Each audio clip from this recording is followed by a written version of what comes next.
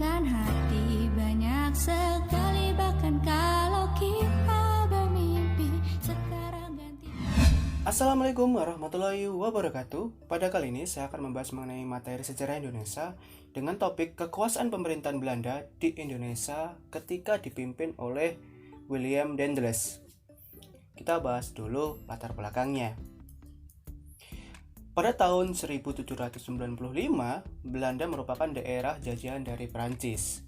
Ketika itu, Prancis yang memimpin adalah Napoleon Bonaparte. Hal tersebut yang menyebabkan pengaruh politik liberal di negara Belanda. Liberalisme atau juga disebut dengan liberal adalah sebuah ideologi, pandangan filsafat, dan tradisi politik yang didasarkan pada pemahaman bahwa kebebasan dan persamaan hak adalah nilai politik yang paling utama. Di sini kata kuncinya kalau liberalisme adalah mengenai sebuah paham kebebasan tiap individu. Hal itulah yang menjadikan perubahan peta politik di Belanda. Untuk mengatasi masalah di Indonesia, menugaskan Daendels ini sebagai Gubernur Jenderal di Indonesia pada tahun 1808. Daendels di sini merupakan orang Belanda yang terpengaruh dari revolusioner Prancis. Jadi Daendels ini emang mengagumi ide-ide revolusioner dari Prancis, yaitu liberalisme atau liberal. Jadi Daendels itu memiliki pandangan bahwa kebebasan hak itu yang paling utama. Kemudian tugas khusus Daendels adalah mempertahankan Pulau Jawa dari serangan Inggris dan memperbaiki penyelewengan dan serta korupsi. Nah, di sini kita tahu kenapa kok memperbaiki penyelewengan dan korupsi. Ingat di materi yang sebelumnya, nanti linknya saya taruh di atas mengenai VOC. Kemunduran VOC itu kan terkait dengan adanya korupsi dan sebagainya. Nah, salah satu tugasnya adalah memperbaiki dari permasalahan-permasalahan VOC yang sebelumnya. Dan khususnya yang paling utama adalah mempertahankan Pulau Jawa dari serangan Inggris. Nah, tadi kita sudah bahas pengaruh pandangan Daendels itu dipengaruhi oleh revolusi Prancis.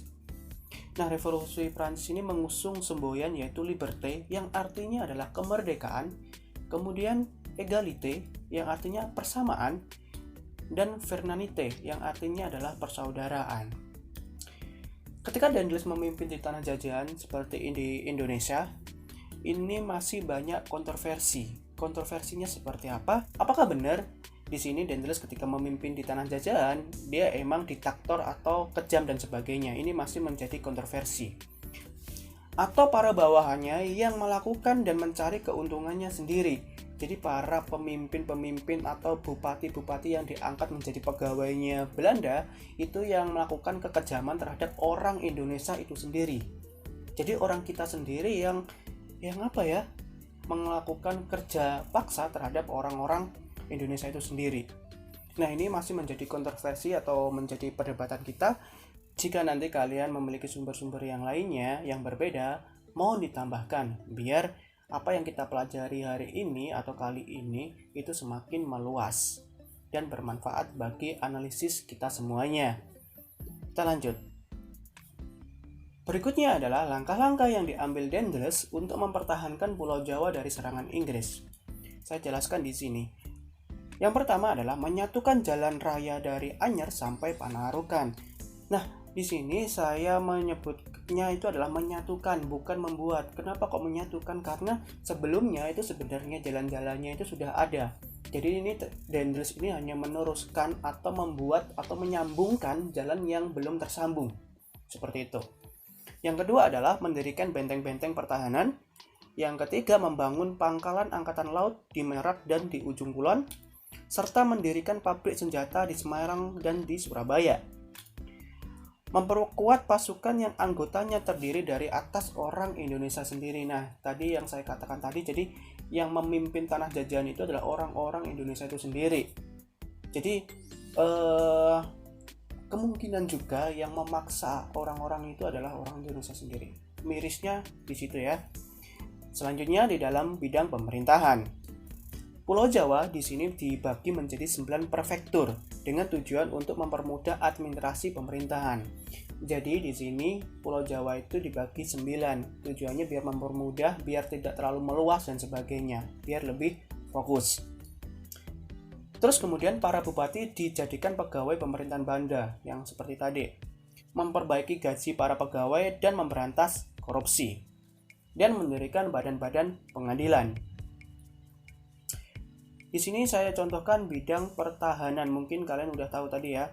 Nah ini, pembangunan atau penyatuan dari Jalan Anyar sampai Panarukan. Jadi keseluruhan dari Anyar Panarukan itu satu, kayak gitu. Selanjutnya, Daendels digantikan oleh Jensen ketika 1811.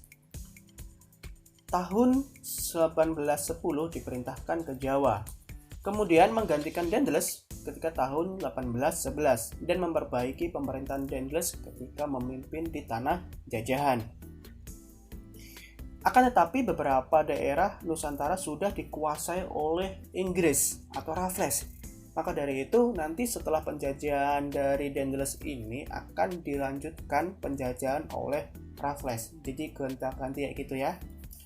Nah, pengalaman pahit Jensen terulang kembali ketika tanggal 4 Agustus 1811, 60 kapal Inggris sudah masuk sekitar Batavia. Kenapa sih ini saya maksudnya itu adalah terulang kembali?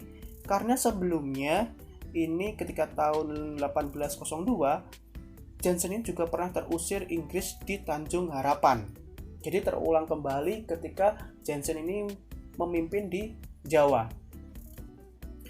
Penyerahan Jensen secara resmi pada Inggris pada tanggal 18 September 1811. Kemudian dilanjutkan dengan penjajahan Inggris yang dipimpin oleh Raffles.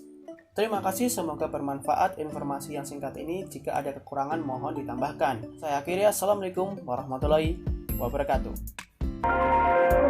Seluruh pelajaran hari ini telah selesai. Sampai jumpa besok pagi dengan semangat belajar baru.